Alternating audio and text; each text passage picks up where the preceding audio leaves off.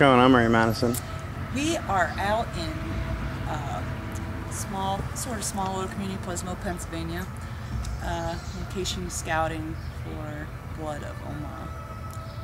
A lot of cool woods out here. Seeing a barn, so it'll be a good area to shoot a Bigfoot running around. I think there's some out here already. There's some. I think there is too. Markings in the woods. For sure. Say. So this is the barn. It looks pretty good. We'll walk through it this way so we can see what looks inside. Hamilton. Now this potentially will be where Larry Labradee, who plays Phil Farmer, would be presenting some artifacts from his own hunting. Sort of something like this, but different.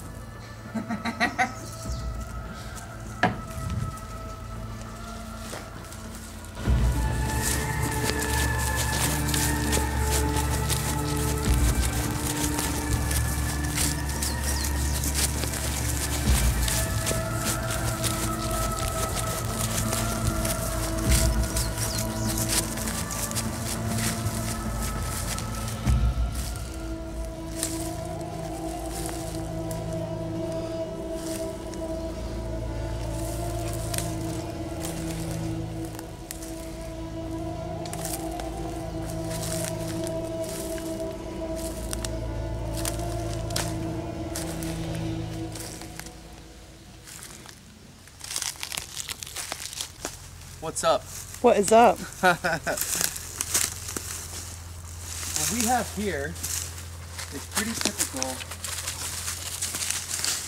of what researchers call Bigfoot or Ohma shelters. This obviously isn't anything that would provide shelter, and most researchers don't assume that it's actually for shelter, but maybe a way of marking territory or claiming stake to a part of the land.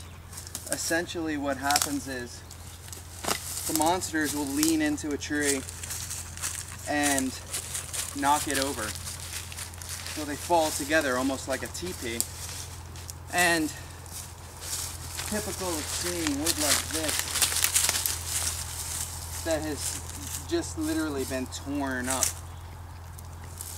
Now the problem too is that this obviously could have been done by woodpeckers or beavers.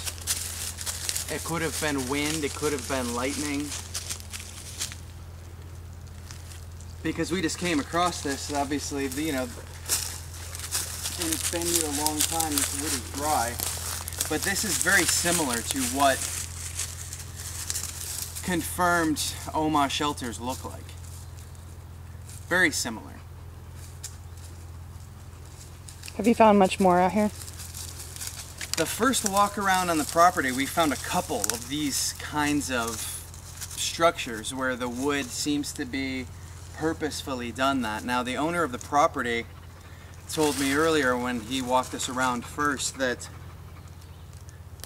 he doesn't believe anything but a bear could have done it, because these trees, like this one's been standing here a long time, this wood is old, but you can see how thick these are. A woodpecker didn't carve through these, and there's claw marks of some kind. Some kind of markings from claws or teeth, maybe, it's hard to say, but they're all up and down this wood where the bark was probably torn off. But this is one of maybe 3 or 4 that we've come across, and the owner of the property said just because of how thick these trees are, he doesn't believe anything but a large bear, like a black bear or a brown bear, which are very common in this region. That's possible.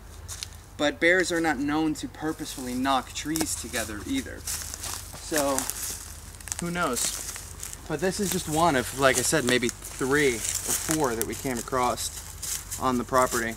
That's what it looks like.